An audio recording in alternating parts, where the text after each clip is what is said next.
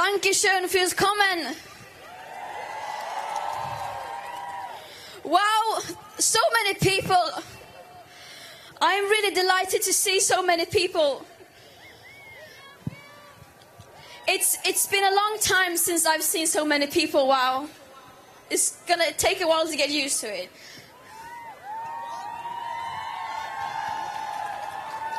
Today, we are striking all over the world, not the least here in Germany and Berlin, under the hashtag Uproot the System, because that's what we want to do.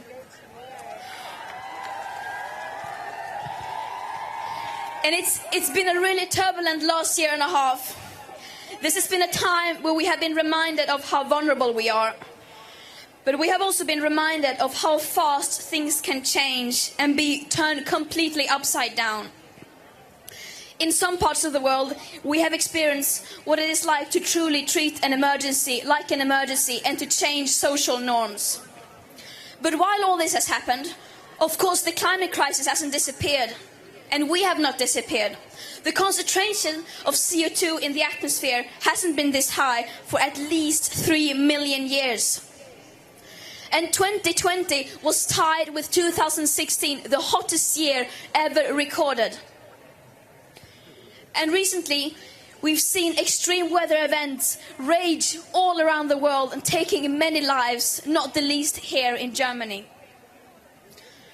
And if there's one other thing that this pandemic has shown us, it is that the climate crisis has never once been treated like an emergency. It is clearer than ever that no political party is doing close to enough. But it's even worse than that.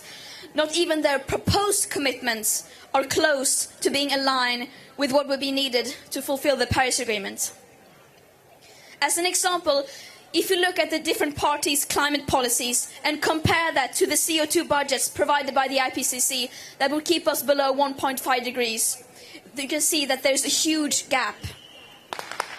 Not one party is even close to even proposing a pathway that will be consistent with the Paris Agreement. And yes, voting is essential, but alone it is not enough. If we want to ensure a safe present and future on planet Earth, we need to be active democratic citizens and go out on the streets like we are doing today.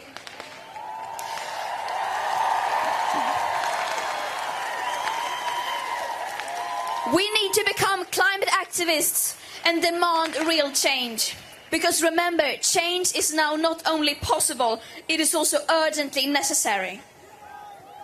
But when enough people demand change, then change will come. On election day or any other day. And that's why we have to continue fighting for as long as it takes. The climate crisis is an accumulative crisis. The CO2 we emit now will be up in the atmosphere for up to a millennia. And it's just as much about our present and future emissions as it is about our historic emissions. And that's why we need to have historic emissions in mind when we ensure climate justice. And while we're at it, Germany is the 4th biggest emitter of CO2 in history. For a nation of about 80 million people, that's quite an achievement. Germany is objectively one of the biggest climate villains. But we are not only stealing the future from our children and grandchildren, we are also stealing the present from the most affected people in the most affected areas. Those who are already suffering the consequences of the early stages of the climate and ecological crisis, and those who have contributed to this crisis the least. And now, as we move out of the pandemic, many are talking about using this as an opportunity for a green, sustainable recovery, whatever that means. And world leaders are talking about building back better, promising green investments and setting vague and distant climate targets in order to say that they are taking climate action. However, the fact that we are in a crisis that we cannot build, buy or invest our way out of seems to create some kind of collective mental short circuit among the people in power. And the longer they pretend that we can solve the climate crisis within today's system, the more invaluable time we will lose. But even if we ignore that fact, when you look at we are actually investing the money in, the money that's supposed to be building back better, it shows the hypocrisy of our leaders. It turns out that the green recovery they are talking about isn't so green after all. Only 2% of government's recovery spending has been allocated to clean energy, according to IEA. And 2021 is currently projected to experience the second highest emission rise ever. And according to a new report by the UN, the global emissions are expected to rise by 16% by 2030 compared to 2010 levels. Yes, you heard that right. Time and time again, the people in power show their true interest and priorities.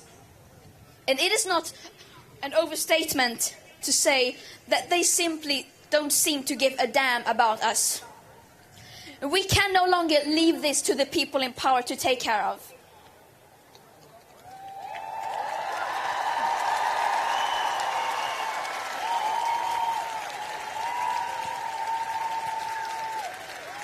Yes, we must vote, you must vote. But remember that voting only will not be enough. We must keep going into the streets, and we must keep demanding our leaders to take real climate action. We must never give up. There is no going back now. But we can still turn this around. People are ready for change. We want change. We demand change. And we are the change. Thank you so much. Dankeschön.